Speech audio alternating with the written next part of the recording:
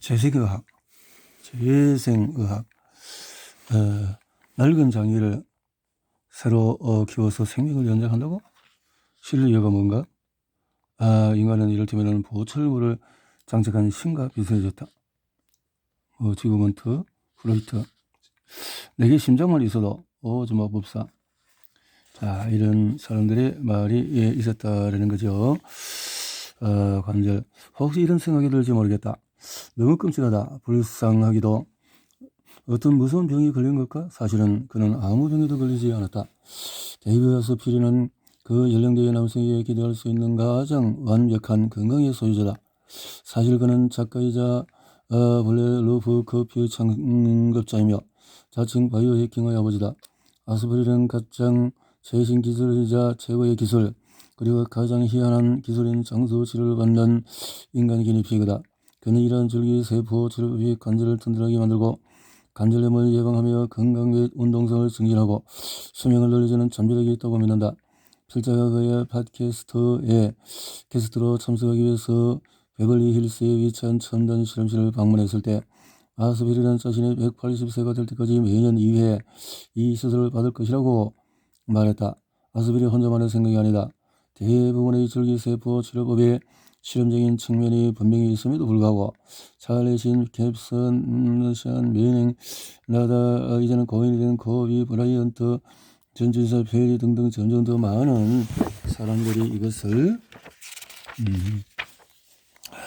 운동선수 줄기세포를 치료를 받았다. 이 치료는 여러 종류 체육과 조직 장기를 보호, 해춘, 재생하는 데 좋다고 호평이 잦아졌다. 줄기세포 치료법은 아직 논란이 남아있지만 조금씩 과학적으로 확립되면서 가능성이 커지는 중이다. 줄기세포 치료는 재생학 분야를 구성하는 수많은 치료법 중에 하나에 불과하다. 아이디어 자체는 매우 간단하다. 우리 몸도 자동차처럼 시간이 지날수록 손상을 입는다는 개념이다.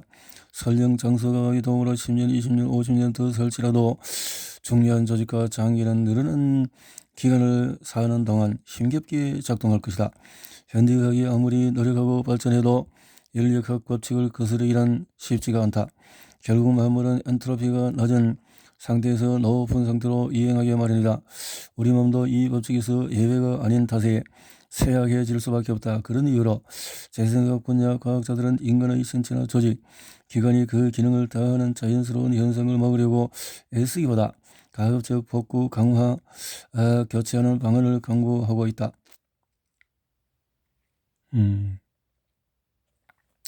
재생학에 가까운 미래에서는 체내의 부식되거나 손상된 어떤 조직이라도 원상 복구하거나 교체할 수 있게 될 예정이다.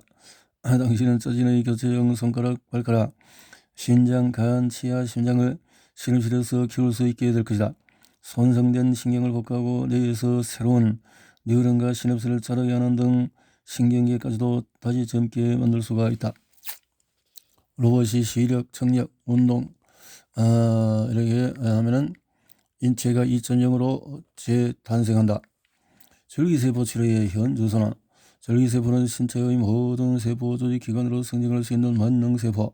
줄기세포 하나하나가 다른 줄기세포 혹은 피부, 뇌, 뼈, 근육, 기타 체내 어떤 유형의 세포로도 분할할 수 있는 능력을 가지고 있다. 지방골수, 혈액, 근육, 심지어 등등등등등. 하지만 전능한 줄기세포도 무조건 아니다. 나이가 들수록 줄기세포는 죽어서 없어지거나 기능을 상실해버린다. 시간이 지남에 따라서 건강한 신체를 유지하기 위해 또 복구할 수 있는 기본이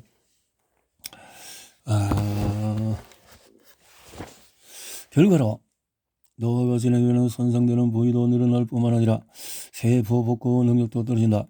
두 가지 타격을 동시에 받는 셈이다. 관절은 덜덜 떨리기 시작한다. 장벽이 손상되면서 장누수 증후군이 생긴다. 간세포는 제대로 일을 하지 않는다. 근육과 인대를 다치면 회복이 더디다. 그리고 면역 체계가 가장 큰 타격을 받아서 나이가 들수록 급격히 쇠약해진다. 줄기세포 치료라는 발상은 여기서 나왔다. 이 치료법을 지지하는 사람들은 우리 몸에서 가장 필요하는 것에 분화 능력이 있는 줄기세포를 투입하면 앞서 언급한 모든 망가진 부위가 다시 젊어지는 놀라운 효과가 있다고 믿는다.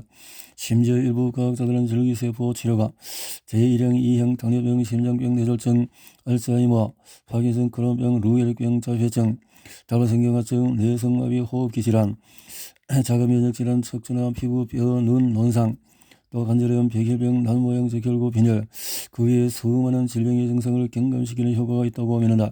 비교적 최근까지도 줄기세포를 사용한 연구와 치료는 논증의 대상이 6번 실제로 진행되지는 않았다. 과거에는 뼈줄기세포 만 시술에 사용되던 실정이었다.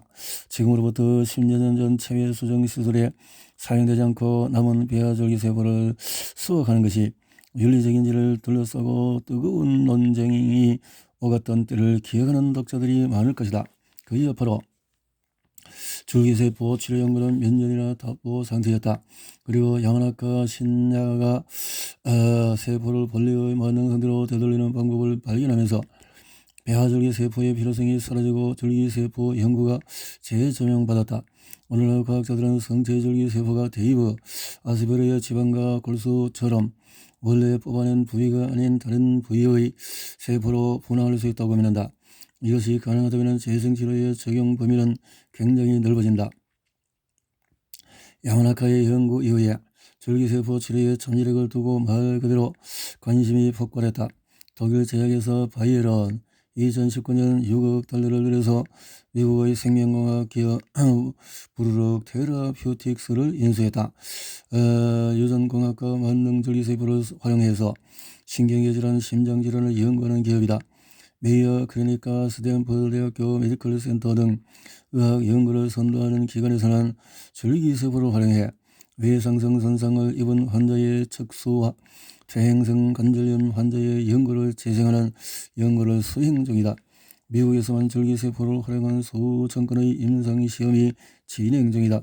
책을 쓰는 현 시점 기준으로 스타트 투자 정보 사이트 크런치 베이스에서 저희들은 줄기세포와 줄기세포 치료를 주제로 하는 기업은 400개가 넘는다.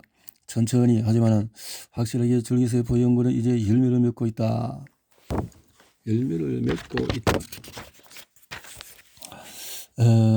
정년남성으로 2017년 서핑 사고로 무고 7부가 걸쳐되었다. 결과로 모발의 전신마비 판정을 받아서 2번 다시 걸을 수 없는 몸이 되었다. 이제 그는 평생 사지마비 상태로 살아가야 한다. 사고 후에 아내 데비가 병원에 도착했을 때 엎드린 자세로 호흡기를 낀 크리스는 입모양으로 말했다. 플러그를 뽑아줘. 데비는 크리스가 더 버티면서 물리치료를 받도록 설득하는 데 성공했지만 6개월이 지나도 별다른 차도가 없었다. 크리스가 모든 것을 포기하려 했던 순간 메이어 클리닉 신경외과 의사 모하맛 바이든으로부터 전화가 왔다. 바이든은 심각한 손상을 입은 척수 재생에 줄기세포가 사용될 수 있는지를 확인하는 1단계 임상시험을 진행하고 있었는데 사지마비 환자 10명이 그 대상이었다. 비극적인 사고가 일어난 지 1년도 채 지나지 않았을 무렵에 크리스바는 바이든 연구의 1번 환자로 지명이 되었다. 잃을 것이 없는 몸이었습니다. 그래서 끝까지 포기하지 않았습니다. 그리스의 북부 지방에 채취한 줄기세포를 요초에 투입하자 2주 만에 빠르게 증상 개선이 일어났다. 그리스 같은 환자를 돕는 줄기세포의 치료는 이 이야기 일면에 불과하다. 이라는 것은 줄기세포. 분명히 말하지만 나는 장수나 질병 치료를 해서 줄기세포 치료를 권장하고 있는 것이 아니다. 짐작이 가겠지만 나 자신도 여러 가지 줄기세포 치료를 해주겠다는 제안을 많이 받았다 하지만 한 번도 한 적이 없고 가까운 미래도 그럴 생각이 없다. 글을 쓰는 시점 기준으로 미국에서 FDA 승인을 받은 줄기세포 치료 업체는 10개 미만이며 그러므로 특정 상황에서 매우 제한된 치료만 수행하는 조건으로 승인된 것이다. 앞에서 말한 1000개 이상의 클리닉 중에 일부는 법적으로 해석지대에 있다. FDA 승인을 받은 것은 아니지만 재량에 따른 규제 대상이며 당신이 이걸 읽을 때쯤 그마저도 해당되지 않을 수도 있다. 앞으로 참고로 FDA는 이 서부시대 같은 생체 실험 현장에서 질이 나쁜 업체들을 솎아내고 있다. 줄기세포 재생을 둘러싼 대중의 열풍을 일어나는 장사건이 적지 않으며 줄기세포 치료 중에서 큰 문제가 생겨 감염이나 종양, 실명, 사망을 일으킨 사례가 수십 건 보고된 바 있다. 특별히 나쁜 효과는 없지만 악히 좋은 효과도 없는 사례 역시 꽤 있다. 줄기세포는 약해서 주입 과정에서 많이 죽는다. 어딘가에 고이거나 베어서 파괴되기도 한다. 목적지까지 도착하더라도 목표 부위에 붙지 않기도 한다. 그나마 소량이 붙어도 오래가지 못한다. 줄기세포 치료법이 발달한다면 혁명적인 기술이 될 것이다.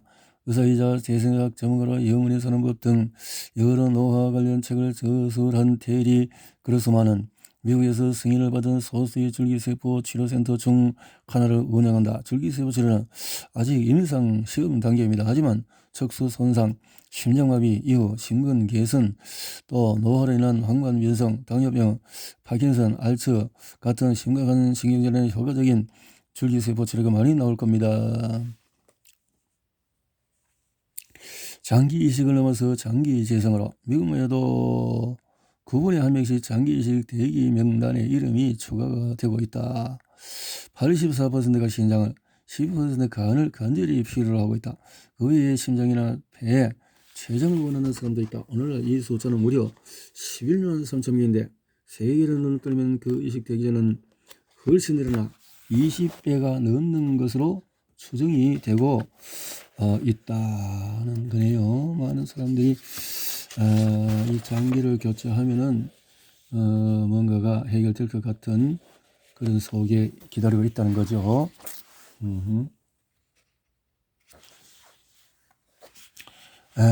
병이 없으면 기능적인 문제도 없는 장기.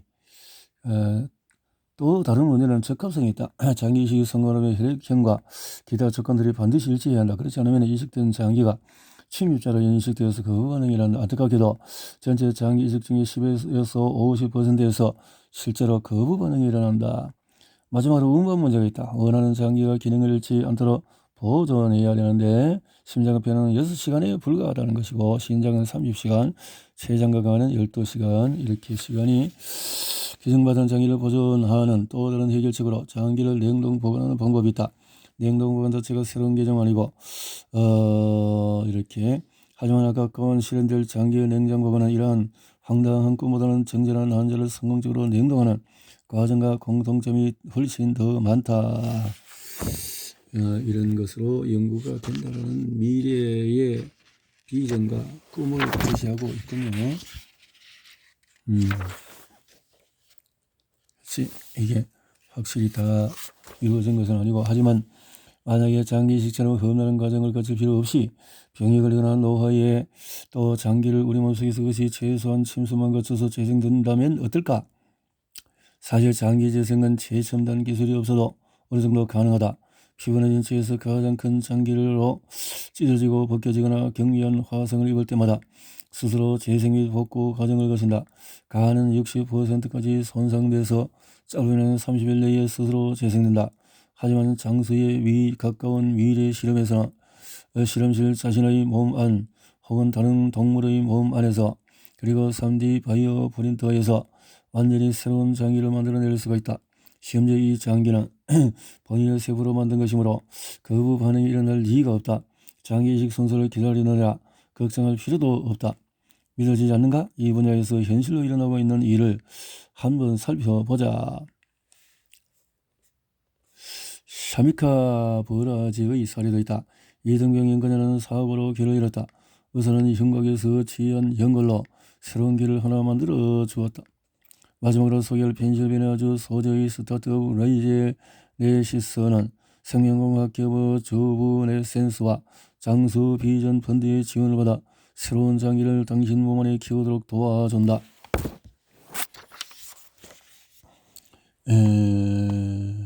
장기 문제를 해결하는 또 다른 접근법으로 동물의 장기를 사람에게 이식하는 이정간 장기 이식이 있다.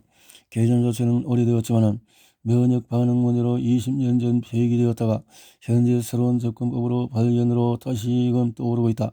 이 분야에서 두각을 나타내는 기업 중의 하나로 매사추세츠주 케임브리지 위치한 제네시스가 있다. 이 기업은 앞서 소개한 하버드 대학교 유전학자 조지 처치의 아이디어로 세워졌다. 제네시스는 유전공학을 활용해서 질병이나 면역 거부 반응이 없는 돼지 신장, 심장, 폐, 간을 개발해서 인간 수혜자가 평생 면역 억제제를 먹지 않도록 하는 데 주력하고 있다. 돼지가 연구 대상인 이유는 이들의 장기 크기가 인간과 비슷하기 때문이다. 우리는 모든 방법의 개발을 병행해야 합니다. 나는 그를 세상에서 가장 아이디어가 번뜩이는 사람들이 모이는 서밋 행사에서 만났다. 등등 3D를 통해서 만들어내는 방법도 있고, 일례로 2017년 직후에 뉴캐슬 대학교 기술자들은 줄기세포, 콜라겐, 그리고 알긴산이라는 계를 사용해서 기능적으로나 해부학적으로나 완전한 사람의 각막을 3D 바이오 프린터로 출력하는 데 성공했다. 이 분야는 아주 풀이할 숙제가 많다. 당신도 $600만 사나이 생물 TV에서 인기를 하는 또 이렇게 기원전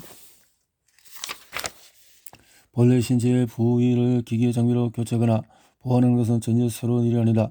당신 주위에도 인공 고관절, 또 의수나 의적을 사용하거나 인공 신장 투석을 받는 사람이 있을지도 모르겠다. 여기까지 발전한 것도 놀랍지만은 장수에 가까운 미래에 이를 때쯤이면 인간을 기계로 강화하는 능력이 훨씬 더 놀라운 형태로 발전할 것이다. 심혈관 및 호흡 기능, 심부 체온, 전반에 관한 정보를 당신에게 알려줄 다수의 센서가 심장과 폐에 장착된 모습을 상상해보자. 이 중에 한 가지로 아득한 미래의 일로 느껴진다면 이미 우리 곁에 있는 기술을 한번 살펴보자. 기술들이 발전되었다는 거죠. 청력 분야도 발전했다. 현대적인 인공호흡 수술을 받은 사람이 처음 전원을 켰을 때의 반응을 본 적이 없다면 꼭 찾아보기 바랍니다. 감동적이다.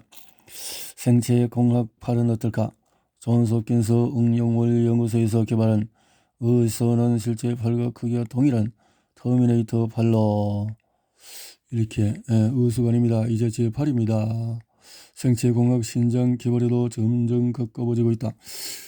현재 투석기계는 일종의 인공신장 역할을 하지만 덩치가 크고 투박하며 환자의 혈액을 씻어내는데 대량의 물을 소비한다.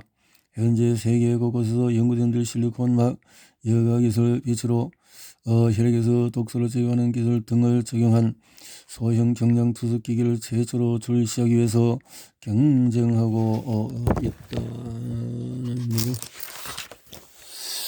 심장 25세 스탠 락킨이 그런 경우라고 할 수 있다. 심장에 정을 락킨 형제는 선천적으로 심장병이 있어서 전조 증상 없이 심장이 갑자기 멈출 수 있는 위험성이 있었다. 심장 이식을 해주고 싶었지만 시간이 여의치 않았습니다. 두 형제에게는 다른 기술로는 해결할 수 없는 독특한 회복적인 문제가 있었습니다. 생존기간은 스탠은 새로운 심장을 이수익받을 때까지 그가 완전 인공 심장을 달고 생존한 기간은 555일이었다. 스탠은 비교적 정상적인 일상을 영위하는데 가방과 인공 심장을 몸에 지닌 채로 그가 좋아하는 농구도 할 수 있었다. 이 영감은 청년에게 그 시간은 생존 이상의 의미를 가졌다.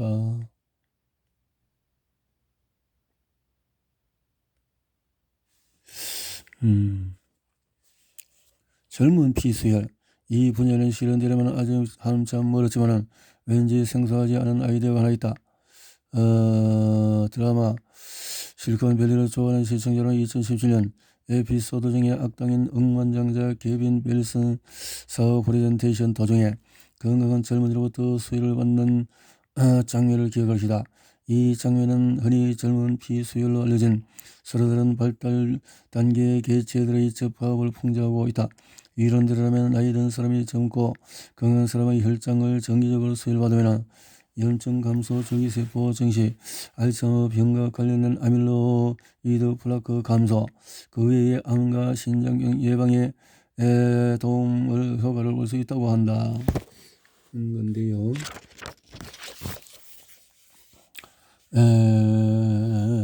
이렇게 최근에 따르면 어린지의 혈장을 나이 많은 저에게 수혈했을 때 뇌의 시냅스 형성이 극적으로 늘어났으며 근육 절기 세포, 염증, 기타 조직의 장기의 재생 효과도 있는 것으로 확인되었다. 또한 나이 든 뒤에 그렇다면 인간에게도 개체 결합이 젊음을 되찾고 노화를 되돌리며 수명을 연장하는 마법이 될까?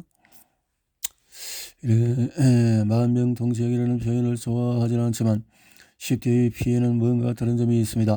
젊은 피에 포함된 어떤 물질에 노화를 되돌리는 효과가 있는 겁니다. 에브덴이 이를 단호하게 부인했다. 에브덴은 19년 개체 결합의 위험성에 대해 입장문을 발표했고 그 해를 넘기기 전에 암브로시아는 영업 정지를 당했다. 기업에서 자체적으로 진행한 연구는 대조군이 없었고 암브로시아 측은 지금까지도 실험 결과를 공개하지 않고 있다. 결국 젊은 피에 들어있는 유익한 단백질과 호르몬이 재생, 나이, 역행, 수명 연장에 도움을 줄지는 몰라도 그것이 명확한 입증된 바는 없다. 하물 현재 알카헤스트나 엘리비안 같은 스타트업에서는 젊은 피로부터 장수의 효능이 있다고 생각되는 특별한 물질들을 과학적으로 분리하려고 시도 중이다. 완전히 새로워진 당신, 이 장에서 우리는 실험용 지혜 야마나카 인재를 활용해 노화의 모든 육체적인 인지적인 징후를 되돌린 소크 연구소 소속 후안 카를로즈 벨몬테를 만났다.